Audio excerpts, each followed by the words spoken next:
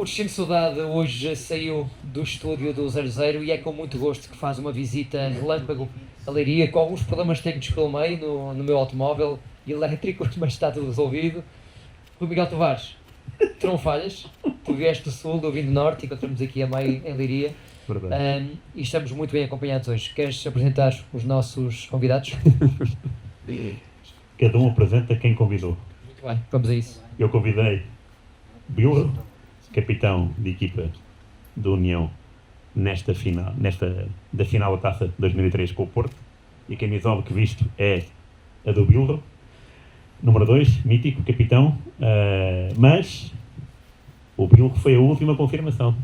Tu foste a primeira, eu fui a segunda, e há aqui um terceiro elemento antes do Bildo ser confirmado. Luís Paiva, criador, curador, proprietário do Museu LP, Museu Luís Paiva, que eu visitei há uns anos, creio que em 2023, fiz lá uma reportagem com o nosso colega Humberto Ferreira e fiquei impressionado com a quantidade, a qualidade e as histórias maravilhosas que cada uma das camisolas lá tem. Luís, muito bem-vindo também, obrigado por esta presença. Obrigado eu pelo convite, é um gosto enorme estar aqui perante tão ilustres convidados, vamos a isso. Vai ser giro, vai ser giro. Antes de mais, Rui, antes de falarmos sobre a União Desportiva de Leiria, e nos registros do 00, o jogador com mais jogos oficiais pela UDL é o Sr. Bilro. Claro. Admito que possa haver aqui uma pequena dúvida, porque nos jogos oficiais dos campeonatos distritais da terceira divisão e da segunda, faltam-nos algumas fichas de jogos, mas a diferença é tão grande para o segundo classificado, o saudoso João Manuel, um craque, que eu acho que é mesmo seguro dizer que o Bilro é o jogador com mais jogos oficiais pela União de Leiria. Mas nós estamos aqui em Leiria também, primeiro, devido ao simpático convite do Ricardo Bramão, diretor deste festival, mas também porque estava na hora, mais do que na hora, de fazermos uma pequena homenagem a esta região tão bela, tão importante, tão singular de Portugal e que tanto sofreu em janeiro e em fevereiro. Aliás, eu agora quando saí da autoestrada, vi cá pela primeira vez desde essa tempestade, essas tempestades brutais, desumanas, e fiquei impressionado ainda com a forma como as árvores quase que permanecem deitadas depois desses dias violentíssimos. Eu lembro-me que eu fui gravar o 00 pouco depois das tempestades, e não havia linhas férreas, portanto tive que ir de autocarro, excepcionalmente, e quando passei nesta zona, na autoestrada, fiquei sem rede e inocentemente fartei-me de maltratar o telemóvel, bater, a ver se ele tinha dados, e não tinha. Depois olhei para o lado e percebi que havia um rastro de destruição, e lembro-me de ter ouvido nas notícias que era uma zona, tinha sido um capacete, não é? Não havia rede em lado nenhum, e eu tenho uma grande amiga minha que tem cá os pais, com quem ela não conseguia falar há mais de 3, 4 dias. E estava muito aflita porque os pais estavam com a filha dela, porque ela estava de férias em Londres e foi apanhada de surpresa, como toda a gente. E então lembro-me de estar no autocarro e pensar que de facto aquilo era um capacete, era uma zona negra. E depois, quando passámos uma determinada zona, lembro-me do autocarro todo, os telemóveis terem começado a apitar todos. Portanto, as chamadas, as mensagens caíram todas. Sim. O que demonstra o que é que se passou, demonstra numa escala pequena, porque tu estás no autocarro e estás longe da zona onde se passou, mas imagina no epicentro da confusão. Portanto, só estes dois senhores é que podem testemunhar o que se passou. Antes de irmos ao futebol, vamos começar por aí, naturalmente, até porque, curiosamente, ironicamente, uma das primeiras imagens que eu tive desta terrível tempestade, que foi mais do que uma tempestade, foi um comboio de tempestades, não é? Foi precisamente do estádio da União de Leiria. Tenho um amigo meu que faz parte da equipa técnica que teve a amabilidade de mandar um vídeo nessa manhã, e o estádio estava a despedaçar-se completamente. Bill, nesta altura já há alguma normalidade aqui na região? Já é possível viver sem limitações, ou ainda há muitas famílias a sofrer nesta altura? Pedro, antes de mais, agradecer o convite, é sempre um gosto. Com muito gosto. E portanto, é sempre da minha parte um agradecimento saudável poder ainda partilhar convosco um conjunto de histórias super interessantes. este processo de nos reerguermos de situações tão dramáticas e tão apocalípticas, ou seja, para termos uma noção daquilo que acontece, é que em frente à minha casa eu tenho um choupal de uma área muito grande e que não me permitia ver Leiria e não me permitia ver o castelo, ok? E quando eu de manhã me levanto para depois poder sair para ir treinar, okay? Porque durante a noite, este episódio da tempestade ocorre durante a noite e, portanto, nós de manhã nós ficámos com a sensação que alguma coisa tinha surgido, mas não com a dimensão que surgiu. E quando eu saio para ir treinar, porque nós treinamos numa academia a sensivelmente 15 minutos de distância do centro de Leiria, e quando eu saio, aquilo que eu me parei é a olhar e a ver o castelo ao fundo e as árvores todas tombadas, tipo como se tivesse passado qualquer coisa de uma dimensão catastrófica e que arrasa completamente com um choupal enorme de árvores de grande porte, de grande dimensão, e tu ficas a tentar perceber o que é que todo este processo do que decorreu que tu não visualizaste. E tudo isto depois vai ganhando dimensão quando tu sais de casa e quando tu percebes que deixas de ter comunicações, queres entrar em contacto com familiares e percebes que nada funciona. Hoje a comunicação mais básica e comum que nós temos de rede de telemóvel não existe e, portanto, a partir daí começas a perceber que não tens eletricidade, que a água, os meios básicos que deixaste de os ter, e começa a surgir no teu imaginário aquilo que, depois do que tu vês à tua frente, o que é que poderá ter surgido nas áreas suburbanas, ok? Porque ali começas a entender que algo de muito grave surgiu, mas depois o que é que surge em zonas, em povoações onde, para te dar uma dimensão do processo, eu para chegar a Monte Real, que é onde os meus sogros vivem, eu tive que fazer 3 vezes a distância que eu percorro. Então, nós estamos a falar de 15 km, eu tive que fazer 45 km para conseguir chegar a Monte Real. E, portanto, eu tive que contornar um conjunto de obstáculos, em que esse conjunto de obstáculos, por exemplo, posso dar a dimensão de árvores de grande porte caídas e o carro a ter que passar por baixo das árvores e tu a teres que saber que tens que passar porque tens que perceber o que é que aconteceu com as tuas pessoas mais próximas. E, portanto, todo este processo, depois a fase seguinte, olhar para o estádio, perceber aquilo que surge com o estádio, porque o estádio é apenas o reflexo da dimensão do que conseguimos ter a noção da violência do estrago, não é?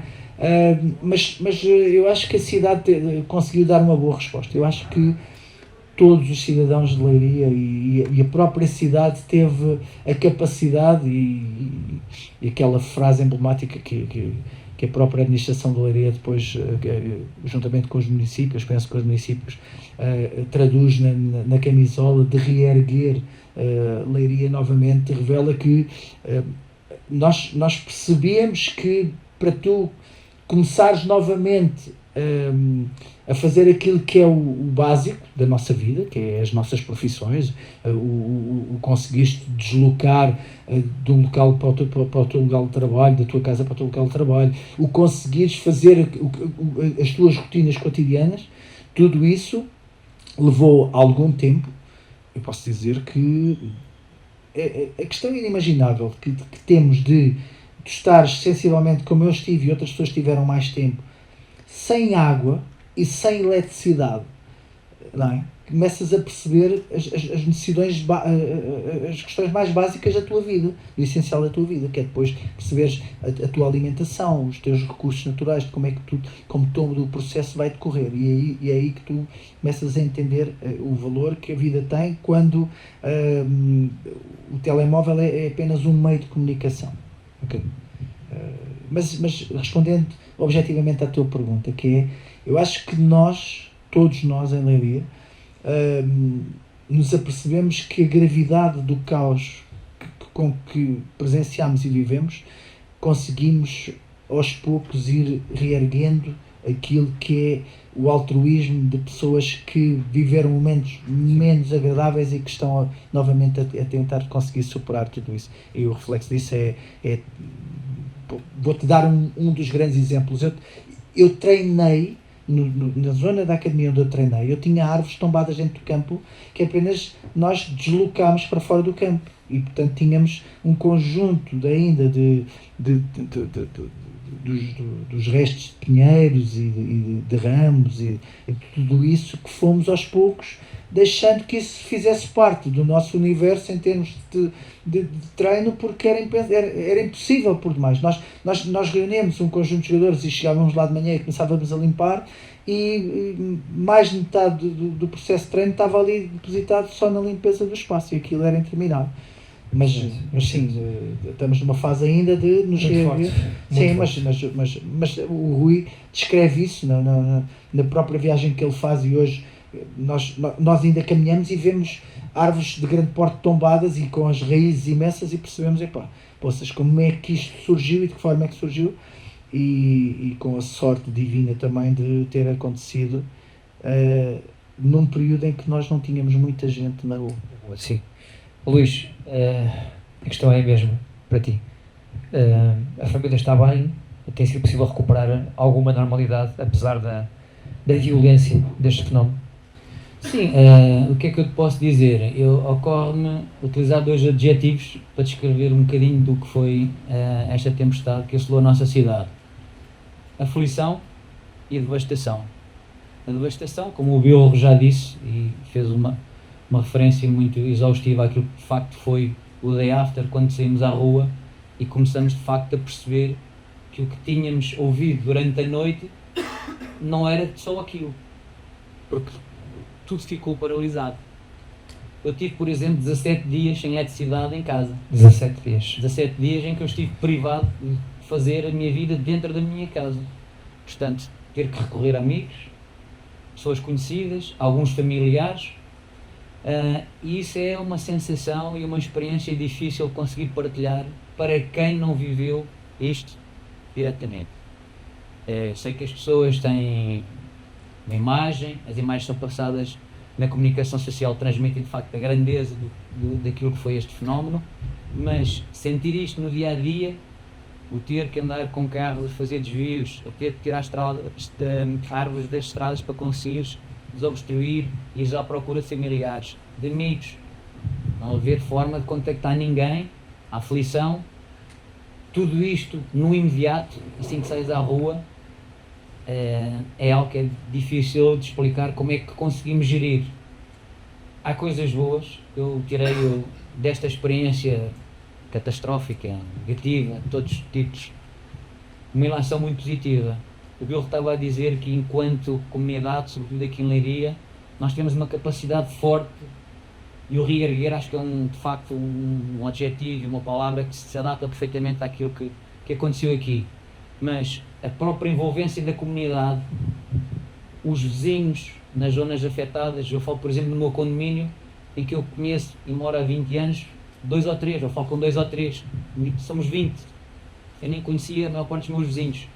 E isto trouxe uma união muito grande, uma união, e 20 pessoas que tinham o mesmo problema, tiveram as mesmas necessidades imediatas, tivemos que nos unir, conseguimos nos unir, conhecermos no meio desta adversidade e construímos ali uma força maior onde todos nos suportávamos entre nós, para de facto, naqueles dias, naquelas semanas, meses, conseguirmos ir à procura de uma maior normalidade.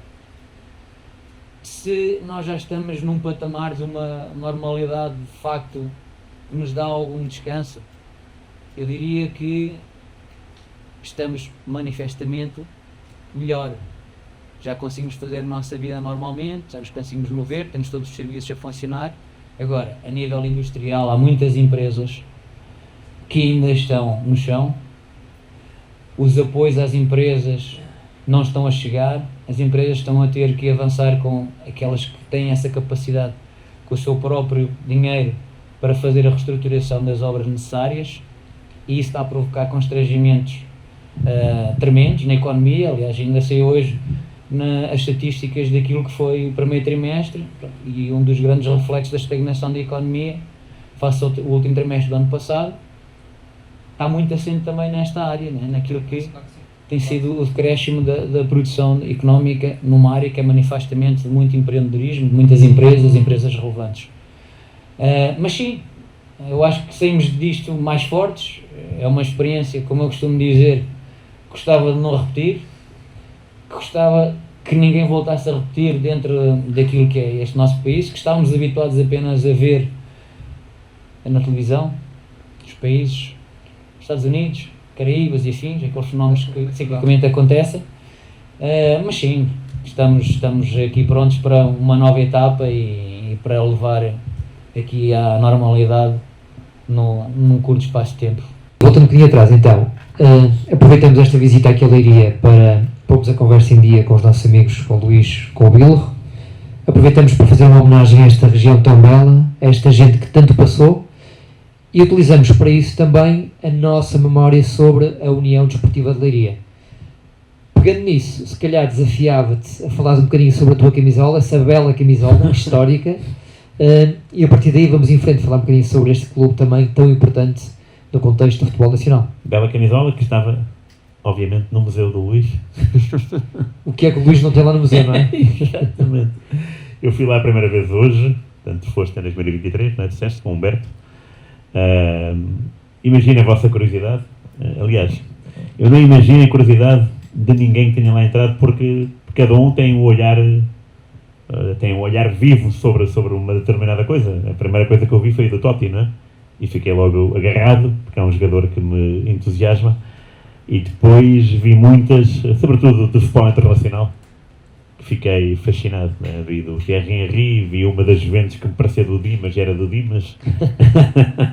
Vi uma que me parecia da Juventus, era do Portimonense.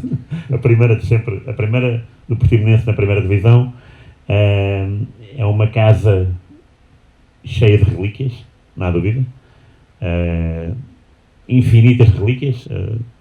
Eu tenho ideia que se ficasse lá o dia todo, pelo menos se eu dormisse lá e acordasse às 7 da manhã, que é a minha hora, acho que ainda estava lá a viver. Porque aquilo não é bem ver as camisolas, é também saber as histórias, não é? É isso que conta. Porque cada camisola tem uma história. Há histórias que são mais emocionantes que outras, e há histórias que são mais afetivas, que te dizem mais, porque o nome do jogador ou do clube sugere algo. E tem muitas, claro, da União, que é o clube da terra, também é o clube onde o Luís jogou nas camadas jovens, e ele tem lá essas relíquias também, num espaço... É que o espaço não só é bonito, como tem bom gosto, e tem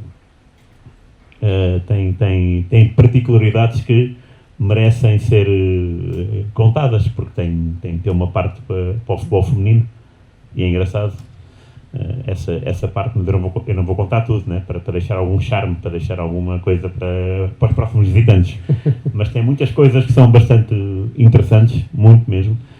Dá vontade de revisitar e de voltar a ir, e eu espero ser um dos felizardos a voltar a ir lá. E esta camisola veio lá, e esta camisola diz respeito a uma época grandiosa da União. Tiveram algumas. Esta foi a da final da Taça de Portugal, perdida para o Futebol Clube do Porto, de José Mourinho, que tinha assinado pelo Porto via União de Leiria. E o José Mourinho não tinha sido a primeira viagem dele a Leiria, porque o pai já tinha treinado a União e o José Mourinho tinha estado cá, em miúdo. Portanto, tudo isto tem a sua viagem e tem a sua particularidade, porque o futebol é mesmo isso, não é? São muitas viagens, muitas histórias. E eu lembro perfeitamente da União ter subido a primeira vez. Lembro-me perfeitamente da União subir à primeira divisão. Lembro-me perfeitamente da primeira vez dessa época, porque foi a época em que a União furou o bloqueio da RTP, na altura, e começou a dar o jogo no Canal 4. Aí eu lembro perfeitamente que foi 1-0 ao Benfica, foi o primeiro jogo grande, ganhou a União. E lembro-me do furor que havia à volta da União. E depois foi um nome que ficou célebre, lá está, porque foi treinada por José Mourinho, porque na época seguinte ou nessa época, ou melhor, na época anterior, acabou à frente do Benfica. Não há muitos clubes que se possam gabar disso, né? A União de Manuel José acabou em quinto, o Benfica acabou em sexto. Na época seguinte entra o Mourinho, que não completa a época, e depois na época seguinte, mais uma vez avança-se uma época e a União vai à final com o Porto do Mourinho, 2003. Através disso, e porque o Porto foi campeão nacional, a União foi à final da taça, foi às competições europeias, que é outro marco histórico. Portanto, estes são marcos indeléveis da história da União, da história de Leiria, mas temos aqui uma pessoa que fez parte dessa história e é muito melhor que um jornalista do que estar a contar, é a pessoa que viveu o balneário de todas essas peripécias. Manuel José, Mourinho, final da taça.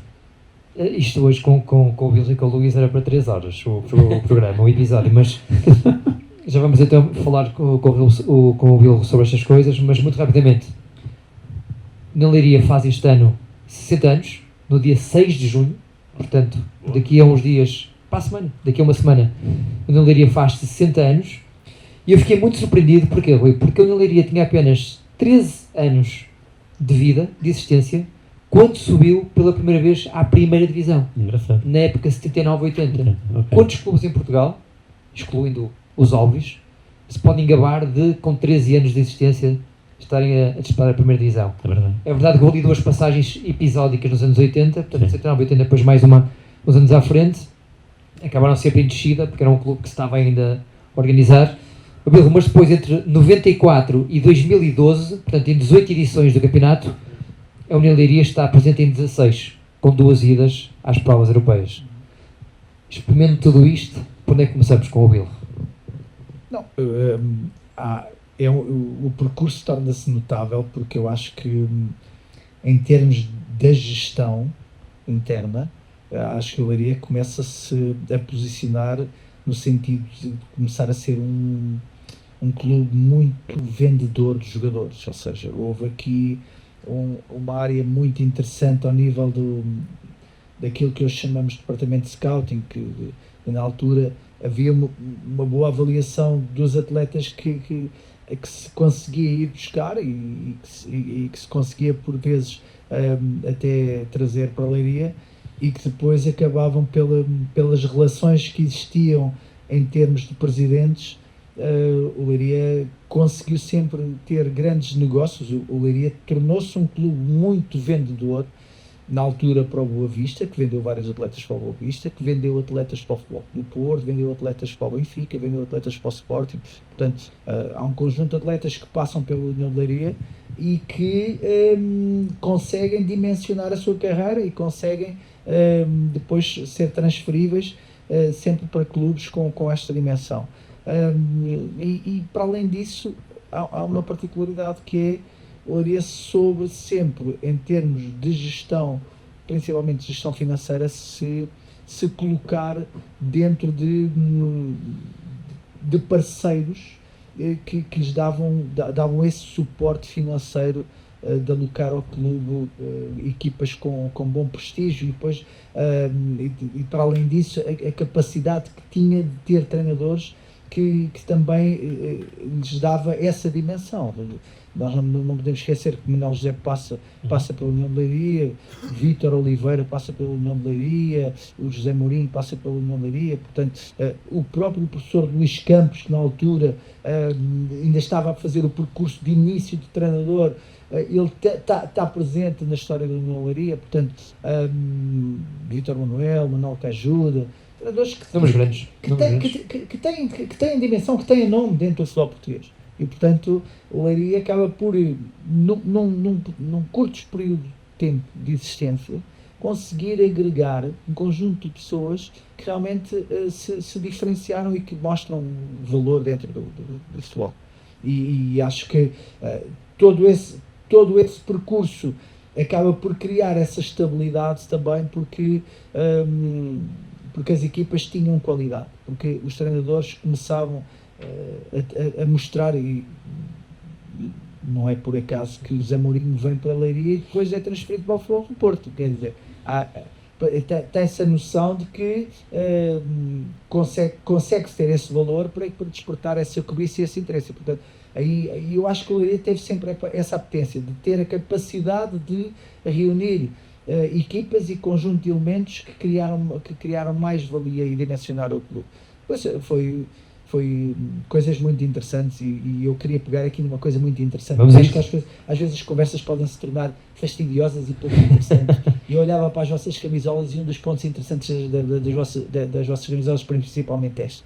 E vou-vos contar uma história, que eu acho que as histórias são a parte mais enriquecedora do processo da vida e daquilo que entusiasma mais as pessoas. Porque as conversas às vezes podem se tornar monótonas e pouco interessantes de ouvir. As histórias são coisas das vivências mais diretas, não é? Experiências pessoais que aconteceram e que isto aconteceu. Epá, eu sou convidado para vir a Leiria para fazer o primeiro contrato que eu venho emprestado pelo Sporting e chego, muito bem disso. E chego a Leiria e vou-me reunir na sede do Leiria e sento-me à mesa com o presidente e ele diz-me, olha, assim, eu tenho isto para lhe oferecer e tenho mais uma coisa que eu acho que você vai gostar. Epá, eu tenho um Renault Clio vermelho que nós tínhamos patrocínio com o Continente, ok? Que o Leiria tinha patrocínio do Continente e o Continente tinha, ok? Um carro de sorteio no shopping, que hoje é o shopping, tinha lá em cima, onde é o shopping hoje, lá em cima, tinha lá em cima o carro e tal, e o carro não saiu a ninguém, pá, e o carro ficou para o Leiria. Então, olha, fazemos um contrato, epá, e aqui no contrato eu dou-lhe X e dou-lhe mais o carro, que isto dá o valor que você quer. Epá, eu disse, epá, mas olha que eu não estou a precisar de carro, porque eu já tenho carro. Mas você fica com um carro para a sua esposa e acaba por ser bom para si. Epá, conclusão. O carro que eu fiquei foi mais caro do que se eu tivesse ido ao stand comprar e sair do stand com um carro novo. Portanto, eu consegui ter um carro que era o patrocinador da Leiria mais caro do que se tivesse ido ao stand comprar. Epá, e estas são coisas super surreais que na altura, epá, e depois... Já era o João Bartolomeu. Era. E coisas muito curiosas, que é, tu vives estas experiências e depois acabas por perceber, epá, não sei se hoje nós já cometemos estas coisas, estas loucuras da vida, não é? Tipo, aceitar um carro como um prémio de assinatura de contrato. Mas pronto, são histórias da minha vida pessoal de desporto, que foram enriquecedoras e que me fizeram crescer e que me levaram também a criar uma ligação muito afetiva com o clube. E isso é uma coisa que me deixa de enorme gratidão, que é a forma como tu acabas por ser recebido, a forma como as pessoas se ligam por aquilo que também conseguiste oferecer, não é? Pelo rendimento desportivo que tu conseguiste oferecer às pessoas e aquilo que elas reconhecem em ti, que lhes deste algo de que elas se sentiram satisfeitas pela representatividade do clube, e ao mesmo tempo aquilo que eu senti, que enquanto jogador que não conseguiu ir muito mais além do que formação Sporting e uma passagem pelo Sporting muito efêmera, e depois voltar novamente a reerguer-me em termos desportivos e ter vindo para o Leiria emprestado e depois vou começar a fazer a minha carreira toda em Leiria, isso leva a que tenha vivido experiências muito, muito enriquecedoras. Esta camisola que faz parte do Museu do Luís conta uma história muito grande de uma série de atletas que passaram pela Leiria e que também marcaram essa geração e essas vivências. Rui, antes de irmos aqui ao Luís, uma pergunta das tuas aqui para o nosso amigo Bilro. Eu sublinho 350 jogos oficiais. Acima disto não é nada, como diz o nosso amigo Freitas Lobo, não é? A minha pergunta é uma que já fiz para aí umas 2 vezes ou 3 no último ano. Este ano, que tem a ver com a União chega à final da taça com um gol dele no último minuto na Marinha Grande e um golo pensado. Quase semi-pensado, um golo semi-pensado. Não, é aquelas particularidades que tu tens, que é não é um golo intencional, e é uma coisa curiosa, que é aquilo, eu penso que o Luís já viram o gol, não sei se chegaram a ver, Já vi. mas é um gol em que estamos a jogar contra o Passos de Ferreira, o terreno super molhado, muita chuva, o terreno já muito pesado, já estás na fase do prolongamento, ok? E lembro perfeitamente, tu passas a linha do meio campo e depois tu começas a perceber, e eu tinha essa particularidade, modéstia à parte, que eu via os jogos do futebol inglês e gostava muito do futebol inglês porque eu sempre gostei de fazer passos a 30 e a 50 metros e o procurar e explorar a profundidade com aqueles passos nas costas da defesa, e eu tinha muito essa tendência para o Maciel, para o Duá, para o Derlei, para esses jogadores que eram jogadores super rápidos, o Manuel Duá, que penso que era Ganês. Lembro muito bem de Duá. Ok. Escrevi, não era? Sim, que chegou aí para o Gil Vicente depois, ok? E lembro-me perfeitamente de estar pelo flanco direito, passa a linha do meio campo, e digo, se calhar era uma boa oportunidade de tu meteres a bola nas costas da defesa do lado contrário, fazias um passo em diagonal e depois aparecer alguém na cara do golo, não é?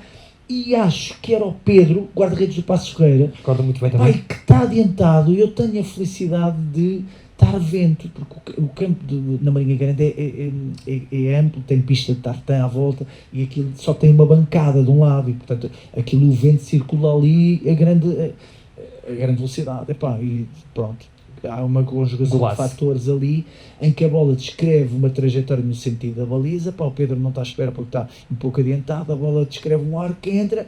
E depois estamos a poucos minutos daquilo terminar, não é? E aquilo a malta entra a êxtase, aquilo ficou a loucura total, porque, repara, para os anos que o Leiria tem, tu consegues ter, isto é um feito histórico, não é? Que marca, porque nós já tínhamos aqui as subidas de divisão, do Leiria sair da segunda para a primeira e depois andar ali naquela alternância entre primeira e segunda, mas tu chegares a uma final, não é? Que é uma coisa que marca...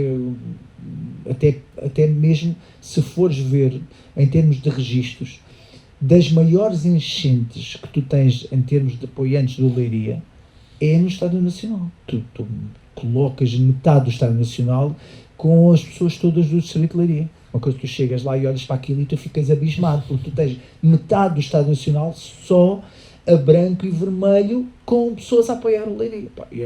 É aquela festa tradicional que nós conhecemos da Taça de Portugal, portanto é um momento mítico, histórico.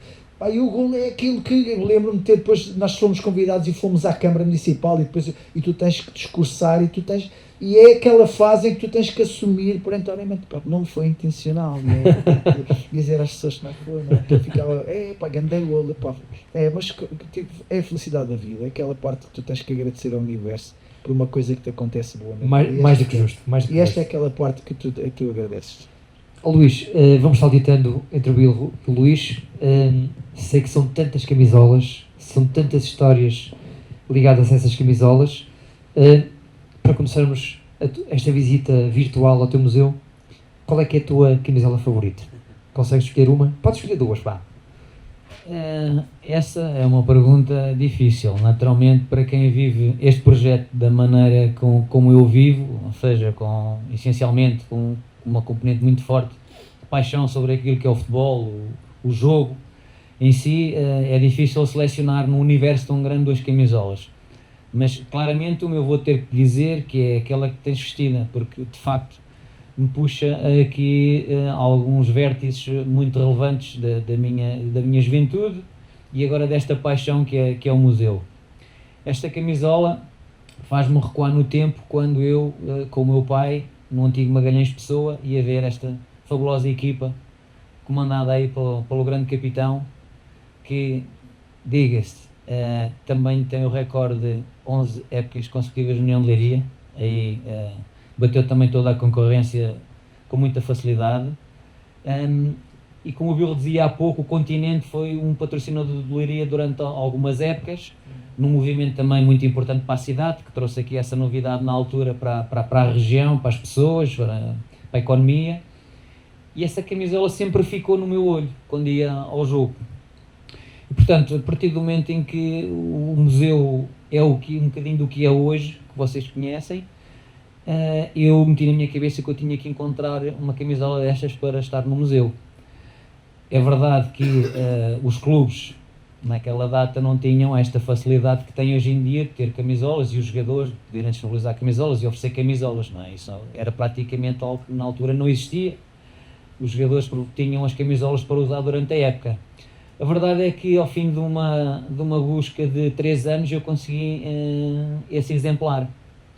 E foi curiosa a história porque numa das visitas ao museu de um amigo eu falei neste tema desta camisola, como falava com toda a gente sempre que o tema era museu, que andava à procura e gostava de encontrar muito uma camisola desta época da União de Leiria com este patrocínio. E para a minha surpresa ele diz-me que, mas eu tenho uma camisola dessas em casa, num caixote, porque quando joguei na formação o sénior, o Miguel Xavier, que era o dono original dessa camisola, ofereceu-me. Disse, então, mas e a camisola, o que é que pensas fazer com ela? Achas que podes disponibilizar? Prontamente disponibilizou a camisola, naturalmente, para o museu, e a partir daí abriu-se aqui o meu universo, então, museu, que foi, ok, isto fez-me recuar às minhas memórias de juventude, de quando eu ia assistir aos jogos no campo com o meu pai, nestes anos mais dourados da história do Leiria. Agora eu tenho a responsabilidade de criar valor nesta camisola, que não pode ser só a camisola no meio de tantas outras.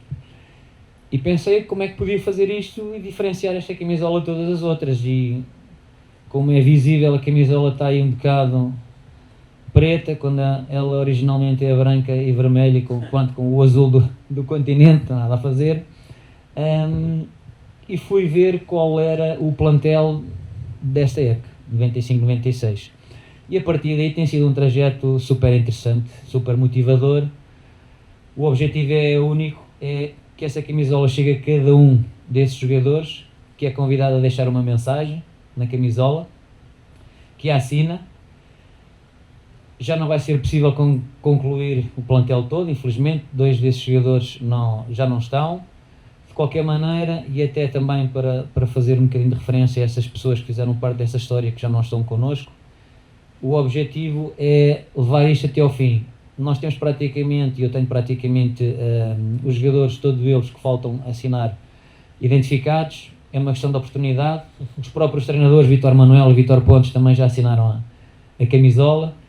E curiosamente fiz uma brincadeira, e o Bill sabe disto, a reboque desta camisola, à medida que ia recolhendo a assinatura de um jogador, decidi criar um grupo no WhatsApp, onde os ia adicionando um a um à medida que iam tendo esta interação com a camisola. Muito giro. E foi muito interessante começar a ver, ex-colegas de equipa ao fim de todos estes anos, há tantos anos que não se falavam, muitos deles uns com os outros, a felicidade, os comentários, as mensagens que trocavam, os números de telefone que se trocaram, para poder começar a ter novamente alguma interação.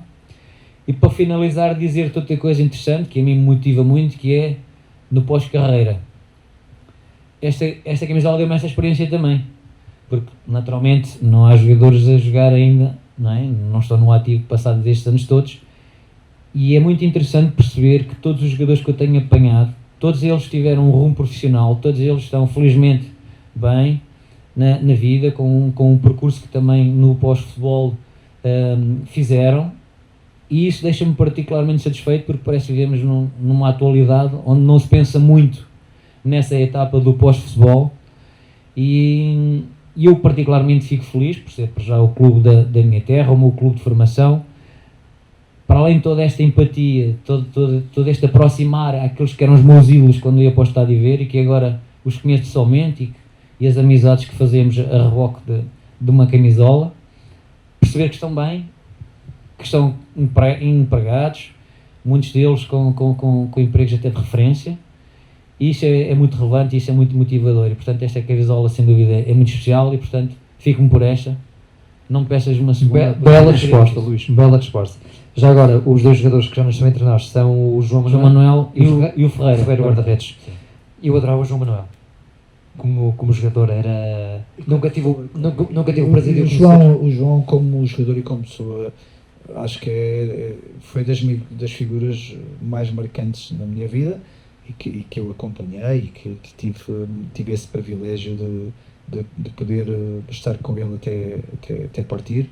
E portanto o João merece sempre da minha parte também, da nossa parte, essa referência por ser uma pessoa de exceção no mundo do desporto, que grande parte das pessoas com quem eu sempre falei não teve a possibilidade de dimensionar a sua carreira de acordo com a qualidade do jogo dele.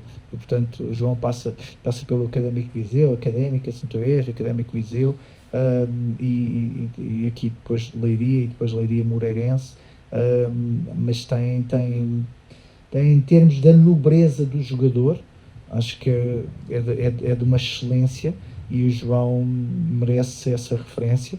E o Ferreira, por ser um miúdo da formação do Leiria, que depois teve uma fase em que saiu e volta novamente, e que era uma pessoa muito acarinhada, muito conhecida na Leiria, e que infelizmente a vida lhe pregou uma partida de poder de retirá-lo do nosso contacto, e acabou por não. Eu acho que não. Estas situações são tão difíceis de conseguir explicar e contornar, porque são pessoas que, pela experiência de vida que eu vivi com o Ferreira, tive sempre alguma dificuldade de perceber como é que as pessoas partem, de que forma é que partem, e que a vida é o momento, e esse momento é o aproveitamento de tudo aquilo das experiências vividas em torno de todos esses momentos que vão surgindo, e depois o eclipsar da nossa vida numa fase em que nem sequer percebemos que ele pode existir. E isso aconteceu com o Ferreira, infelizmente. O João com uma doença terminal, o Ferreira com um episódio de uma doença praticamente súbita. E são duas pessoas que marcam também, e uma história bonita. Acho que são pessoas que deixam na memória do Luís, como deixam na memória de muitas pessoas que gostam do Leiria, e que sabem que o Ferreira e o João fazem parte da história, e que marcam a história do Leiria por momentos grandiosos e positivos. O João Manuel era um craque, um elegante. O Ferreira, se não me engano, foi o guarda-redes de Leixões na final da Taça contra o Sporting. Estou a dizer isto de cabeça, arriscaria dizer que sim, mas depois vou confirmar isso. Rui, saltamos até à época de 2007, 2008, porque há aqui um duplo duelo histórico da União de Leiria contra o Bayer Leverkusen. Tens alguma ideia disto? Lembro que o Laranjeiro marcou, não foi? Tenho ideia. Em casa o Leiria ganha 3-2, mas em Leverkusen perde 3-1. Portanto foi muito apertado, muito renhido. Na segunda presença europeia da União de Leiria. Se excluirmos a Taça Intertoto, excluir a Taça Intertoto, que o Leiria é o recordista nacional. Em presenças. Eu diria que sim. Pois, agora fizeste-me lembrar, e o nome que me soou foi o Laranjeiro, mas não sei se marcou nos dois jogos, ou se marcou golos nessa aventura europeia. Tenho ideia disso? Essa fase eu já não estou, eu já tinha saído, e é a fase também, em termos europeus, que o Leiria mais se destaca. Okay? Porque nós passamos da fase Intertoto, em que tínhamos ali a fase das eliminatórias, para depois entrar aí nas competições europeias, mas nós, eu lembro perfeitamente, chegámos a ir a jogar à Noruega com o Molde, recebemos em Torres Novas o Irvine dos Países Baixos, jogámos em Torres Novas contra o Irvine, ganhámos, penso eu, ou ganhámos ou empatámos o Irvine em Torres Novas. Portanto, fomos jogar à Irlanda também. Isto tudo está Intertoto, e depois o percurso que culmina com o Bayer Leverkusen nos anos seguintes, e é realmente um dos maiores destaques que o Leiria tem em termos de competições europeias. Jogar contra o Leverkusen e dar esta luta não é para qualquer equipa, Rui. Não, claro que não. E lembro-me de... Isto são sempre as situações curiosas, e há bocado falaste do Ferreira no Leixões, e o Leixões, que já tinha tido experiências europeias, voltou a ter. Se não foi o Ferreira, os nossos amigos leixões vão me matar, mas eu quase certeza que é o Ferreira. Seja como for, o Leixões foi à Taça UEFA da época seguinte como representante da segunda B, não é? com o Carlos Carvalhal. E pronto, isso são sempre equipas que, como nós nascemos no final dos anos 70 e vemos futebol a partir dos anos 80, equipas que nós não imaginamos que joguem as competições europeias e de repente estão lá, não é? E é engraçado pensar nisso, é como o Torriense para o ano, não é? Exatamente. Dá que pensar como o futebol português também pode provocar estas surpresas num país que é tão pouco democrático em matéria de campeões nacionais. Felizmente a taça tem sempre o ar da sua graça e ainda bem que o Leiria conseguiu essa proeza de ficar à frente do Benfica naquele ano, o de ir à final da taça, o de jogar com o Bayer Leverkusen. Portanto, são coisas que ficam na história do clube e que na história do próprio país, e que será sempre. Estava a falar isso em 2008, portanto já se passaram quase 20 anos e é engraçado estarmos a recordar isso porque eu não me lembrava desse feito, mas depois quando me disseste, o Laranjeiro foi o nome que me soou. E quem diria nos anos 80 que o União de Leiria iria estar em 2008 numa prova europeia? São factos fascinantes, não é? Só espero que o Luís Paiva tenha camisolas do Bayer Leverkusen. É o mínimo. E do Eredivisie e da Irlanda. Já agora, não podia dar o Bilro para não. Visitaste Leiria no estádio Magalhães Pessoa, versão anterior ainda, ou não? Não. Não conheceste? Não. Só o atual? Sim, o atual pelo recorde em trabalho, mas não o anterior não. E tu? Não, também. O novo já fui algumas vezes. Eu novo não fui. 4, 5 vezes. Não fui ao europeu, portanto fui depois do europeu. Nós dizemos novo e já tem 20 anos. 22, 23? 22. Vocês foram ver algum jogo do europeu? Aqui? Sim, eu fui ver aqui com a Croácia. Ok. Croácia quê? Portugal-Croácia. Isso. Não pensei que fosse durante o europeu. França-Croácia. França-Croácia. França-Croácia. Espetáculo.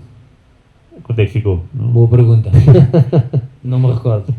Mas não Ok. tens E tu? camisola de nenhum jogador dessas seleções, para não? Não. Desse europeu, não. Vamos ter que começar a trabalhar nisso. Euro de 2004. E tu viste algum jogo em Leiria? Não, presencialmente não. Não vi, não. É fácil. Croácia e França, grande jogo. É demasiada informação. Depois como é que ainda jogar futebol? Muita gente. Eu lembro que a França ganhou a Inglaterra 2-1 na Luz, não foi? Foi um jogo até que a Inglaterra teve a ganhar 1-0 até aos 90 e depois não foram 2 golos do Zidane, um de livre direto e outro de penalti, nos descontos, que deu a vitória à França. Talvez, Rui. Já não cheguei. Eu acho que sim. E depois, de facto, França-Croácia não me lembro, mas em Leiria é um grande calendário. É giro. E tu tinhas bilhetes antes do jogo, antes de saber o sorteio, ou já se sabia que era França-Croácia? Depois do sorteio. Espetáculo. Luís, aqui, excluindo o nosso amigo Bilro, não é? Quem foram os teus jogadores favoritos da União de Leiria? Que conheceste, que viste a jogar aqui neste estádio maravilhoso? Há 2 ou 3 que tenham assim marcado enquanto adepto. Assim, para te dizer claramente, excluindo o Bilro, como eu carinhosamente gosto de apelidar de grande capitão, que de facto é uma referência incontornável do clube. Houve enormes jogadores que passaram por aqui e o exemplo da passagem do José Mourinho aqui, com a quantidade de jogadores que no ano a seguir leva para o Futebol Clube Porto. Só isso por si diz que havia aqui de facto jogadores e passaram por aqui jogadores de enorme qualidade. Eu lembro-me, posso citar dessa altura, 2 que eu apreciava significativamente: o Derlei e o Nuno Valente, defesa esquerda. Acho que eram jogadores incríveis, fizeram parte de uma equipa absolutamente notável, que tiveram percursos também eles naturalmente ao nível daquilo que eram as expectativas que foram criadas aqui na União de Leiria, e por isso é que também rapidamente deram o salto que conseguiram dar na época seguinte. E portanto, mas foram tantos os bons jogadores. Lembro-me de um ponta de lança que fazia aqui muita miséria nas redes adversárias, o Nelson Bertolazzi. Portanto, mítico Nelson Bertolazzi. Boa Vista e Leiria, jogava muito. E vou-te dizer mais um também que mexia muito com as bancadas e com os adeptos, que era o grande Dinda e o seu pontapé canhão. Portanto, acho que foi incontornável. É verdade. Que toda a gente se deve lembrar que saiu daqui e depois quando foi para a Madeira, para o Marítimo, No voltou resumo também a fazer desportivo, das suas, não é? havia sempre um remate tudo ainda no resumo do jogo da União, Rui. Sim. Eu lembro-me de fazer um jogo da União em casa, agora isso revivou-me a memória. E eu fiz as equipas desse jogo, portanto, fui pelo Record. A avaliação individual. Sim, portanto, alguém fez a crónica e eu fiz das duas equipas. E eu, o meu título era o Dinga marcou um gol livre direto, não é? Então era o homem bomba, parece-me, porque remate fora da área, não é? E no dia seguinte saiu Dinda, o homem domba, porque alguém tirou o B e pôs o D. O homem domba? Domba. E pronto, ficou na minha história pelo menos ficou, o homem domba. Não consegui apanhar a pessoa que me fez essa brincadeira. Mas lembro-me disso e lembro-me que, claro, quando vinhamos a Leiria era obrigatório a paragem ali amarrados, né? no Tromba Rija e à frente a casinha velha, Exatamente. que para mim era melhor. Eu adorava a casinha velha. Tens bom gosto. A casinha velha era espetacular. E pronto, era essa a rotina, pelo menos a rotina no início do século, dos jogos em Leiria. Portanto, agora apetece-me ir para casa ver o meu Excel qual é que terá sido o jogo. Porque eu não me lembro. É que hoje estamos aqui sem iPads, sem telemóveis a apoiar, é só memória. Ô, Bill, já falamos um bocadinho sobre a equipa histórica do José Mourinho, obviamente aqui em Leiria, que levou até para o Porto a meio da temporada. Se tivesse que te perguntares, e tenho, além do José Mourinho, um dos treinadores que tenham de facto marcado o Bilro como jogador e como pessoa, quem é que elegerias? Eu falava ainda há pouco isso antes de irmos para aqui. No jantar que eu faltei. Sim, também. Mas não foi no jantar, foi agora antes de entrarmos, que era... aqueles treinadores que te marcam-te não só por aquilo que é a experiência das vivências e do conhecimento que vão transmitir e que tu vais adquirindo, mas também pela forma como te ensinam a crescer e nesse aspecto, dizia, porque o Rui escreve o livro do Aurélio Pereira, e o Aurélio Pereira é no fundo o treinador da minha geração, da infância, de me ensinar a ser homem e a crescer como um miúdo irreverente que vive na área suburbana de Lisboa e que depois todos os dias vai de barco e depois de autocarro e depois de metro e depois de autocarro em Lisboa até chegar à zona do Lumiar para treinar às 6:30 da tarde e depois a seguir ir jantar lá acima à zona da entrada, que depois tinha o centro de estágio do Sporting, ficava nas bancadas. E portanto tu saías da porta 10A, ias por fora e depois entravas numa portazinha antes da porta da entrada principal para a tribuna, que era na parte de lá em cima, ok? E tu depois subias umas escadinhas e depois tinhas a zona do refeitório onde tinham os quartos que os meus antigos colegas ficavam, de quem era do Algarve, do Alentejo, do Norte também. E tu vives toda esta experiência de perceber que se tu queres caminhar no sentido de o futebol ser uma área profissional, tu tens que ir crescendo e evoluindo com aquilo que são os indicadores das pessoas que estão ali a formar-te. E aí Aurélio Pereira acaba por ser um dos maiores mentores em relação à forma como foi disciplinador e não excluo todos os outros. Agora, aquela pessoa que te forma enquanto atleta de eleição para tu depois, quando chegares ao nível depois até da maioridade, porque nesse percurso eu tenho as seleções nacionais, onde eu joguei com o Paulo Sousa, com o Paulo Madeira, depois entro nos selecionáveis que são campeões do mundo em Riad, onde estou com o Vítor Rui, o Fernando Couto, o Jorge, muita gente, o Hélio, muita gente, e portanto...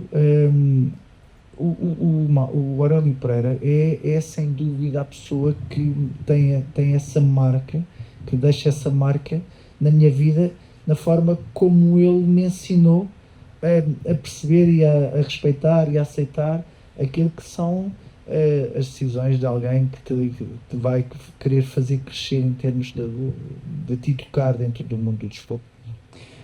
Luís, já falamos sobre a camisola favorita, vá. Rui, também gostava de saber já agora qual é que foi a história mais atrevida, mais exótica que o Luís teve que viver para arranjar determinada camisola. Não sei se te revelou durante a vossa visita. Não chegámos a esse ponto. Então vamos a isso. Lá chegaremos um dia. Mas agora ele conta a história. É assim, não houve tempo para chegarmos a tudo, não é? Porque, de qualquer maneira, uma das últimas partilhas que eu fiz com o Rui no museu, e estás a falar em exotismo, mostrei-lhe ali um conjunto de camisolas de variedíssimas cores e depois fui à raiz daquelas camisolas. E então foi na altura, aqui em Leiria, e porque o tema é Leiria, estava eu a tomar um café com o Paulo Duarte, selecionador do Togo na altura, 2023, no aparamento Pocano. Estava há poucos dias de viajar para o Togo, para uma nova eliminatória, e no meio da nossa conversa eu vou assim para o Paulo Duarte. Paulo, se tu conseguires ajudar aqui no crescimento do espólio do museu com algum dos teus jogadores. E ele, logo na hora, enquanto tomávamos o café, mandou uma mensagem no grupo dos jogadores, dos selecionáveis, a pedir-lhes que cada um levasse uma camisola do clube onde jogavam. Pronto, depois foi naturalmente, foi para o Togo, fez os jogos que tinha a fazer e umas semanas mais tarde, quando regressou a Leiria, não trouxe uma camisola a todos os jogadores, porque segundo ele, em tom de brincadeira, quando conversamos depois, me disse que eles não foram todos eles bem mandados, mas conseguiu-me trazer 8 camisolas. E 8 camisolas de um universo de países completamente diferentes. Fabuloso. E foi um bocadinho essa mostra que eu fiz ao Rui, quase na nossa saída. Tinhas camisolas da Bielorrússia, tinhas camisolas do Mensah, que é o guarda-redes que jogava no Hamburgo, tinhas jogadores no Getafe, na Tunísia, na Guiné-Conakry, e portanto, o tal exotismo. Era giro também um clube do Togo, não é? Que não conheço nenhum, mas... E tem uma camisola de um jogador do Togo, sim, também. Exatamente. Muito giro. Portanto, é um bocadinho isto. Já agora, o Paulo Duarte, nos registros do 00, é o quarto jogador com mais jogos pelo União de Leiria. 216. Sim. O Paulo também, ele tem um percurso muito brilhante e a história dele em termos, até porque não só pela associação de facto de na altura o Sogro ser o presidente de Leiria, não é? Mas pelo talento e pela qualidade do jogador que era, e o Paulo marca também uma geração muito interessante dentro da história, porque está nos momentos grandiosos no Leiria. O Paulo faz parte dessa geração de talentos que o Leiria tinha. Dessa camisola que tu tens vestido, é mais um dos que têm aí já assinou a sua inscrição. Claro. Rui, estamos na parte final da nossa conversa, portanto eu ia-te desafiar. Domingo desportivo. Não, mesmo para acabarmos, estamos com cerca de 5 minutos. Bem feito. Uma pergunta tua para cada um dos nossos convidados, objetiva, daquelas boas que tu tens. É objetiva. Para respostas também o mais curto possível, sem grandes urgências, mas com alguma urgência, vá. Uma para o Luís, uma para o Bill. Uma para o Luís é: que camisola de sonho falta no museu? Essa é a pergunta fácil. Rafael Guerreiro, do Dortmund. A sério? Isto por uma razão muito simples. A primeira entrevista que me fizeram para o jornal Record, uma das questões finais foi precisamente qual era a próxima camisola. Tanto que na entrevista vem esse bloco. E já era nessa altura esta camisola que eu acabei de dizer, e passados estes anos, portanto isto foi em 2018, passados estes anos eu ainda não consegui a camisola do Rafael Guerreiro, portanto temos de arranjar isso. Tens a resposta, temos de ajudar com isso. Boa. Para o Bilro, é uma boa pergunta a tua. Ele há bocado falou do Mundial Sub-20. De que maneira é que é que sentiu a vitória dessa seleção à distância, em Riad? Como é que foi conviver? Ou seja, o Treinaste com... com- está lá, não é? É isso. Sim. Treinaste com aquela equipa e Sim, depois, treinamos, sim. não foste Eu convocado? treinei, nós fazemos o percurso ou seja, temos um conjunto de selecionáveis a treinar no Estádio Nacional e depois no final desse estágio preparatório para depois viajarmos, eu e mais 2 atletas, se não estou em erro, acabámos por ser os elementos que acabámos por ser os excluídos dos eleitos. Mas é aquela sensação de que tu estás a partilhar um momento com os teus amigos e que tens que saber viver o momento, Claro. mesmo que tenha sido um momento menos bom para ti, tens que saber que tudo aquilo que eles estão a viver, tu também tens que saber partilhar e saber que faz parte daquilo que é o teu ciclo de vida. Eu acho que isso acabou por também mais uma experiência de vida muito enriquecedora, porque percebes que se não conseguiste ali o teu objetivo, eu acho que tu tens que voltar a lutar para que possas atingir aquele nível, aquele patamar. E, portanto, foi isso que me voltou novamente a não desmorecer e a não desmoronar em termos da minha carreira desportiva e depois o percurso que consigo fazer. Não é um percurso notável, mas é um percurso que me orgulha, é um percurso que me mantém dentro de um panorama de disputar muitos jogos na Primeira Liga Portuguesa, de conseguir ser referência e de ser durante muitos anos capitão de equipa numa equipa que jogou vários campeonatos na Primeira Liga. Portanto, isso, e mesmo o facto daquilo que me deixa saudade e que me deixa também orgulhoso em termos pessoais, de ser uma referência em termos esportivos, principalmente aqui na cidade de Leiria. Eu continuo a ir assistir aos jogos do Leiria e profissionalmente estou ligado à União Desportiva Leiria e sinto que aquelas pessoas de uma geração mais antiga que me viam jogar, que têm apreço e que têm carinho e que eu no fundo tenho uma representatividade em relação àquilo que deixei, essa marca que deixei em relação ao clube. E, portanto, aquilo que aconteceu na seleção foi mais um alerta daquilo que era fundamental tu conseguires caminhar na tua vida em termos esportivos para conseguires ir mais além. Se aquele momento não era o momento ainda para ti, havia de surgir e acabou por surgir. O melhor elogio sincero que eu posso fazer ao Bilro é este. O primeiro nome que me vem à cabeça quando eu falo de União de Leiria é o seu. Meu Deus, isso é a coisa mais... Portanto, não quero ser injusto com ninguém, porque provavelmente haverá pessoas na história de Leiria tão ou mais importantes que o Bilro, Claro, mas é verdade, também. instintivamente o Bilro é o primeiro nome que me vem à cabeça. Rui, vamos despedir-nos por aqui, Muito obrigado. ficamos por aqui hoje. Fiquei por aqui hoje. Luís, muito obrigado por Obrigado a todos. esta visita. Temos mesmo de voltar ao museu. Aliás, hoje eu também teria ido convosco ao museu, se não fosse o pequeno contratempo que tive. Bilro, muito obrigado pela visita, Obrigado pela pelo simpática convite. visita. Muito obrigado. E já sabem, Destino de Saudade, sempre à quinta-feira, no 00, a partir das 9 da manhã, desta vez com este episódio especial dedicado à Leiria e à sua união.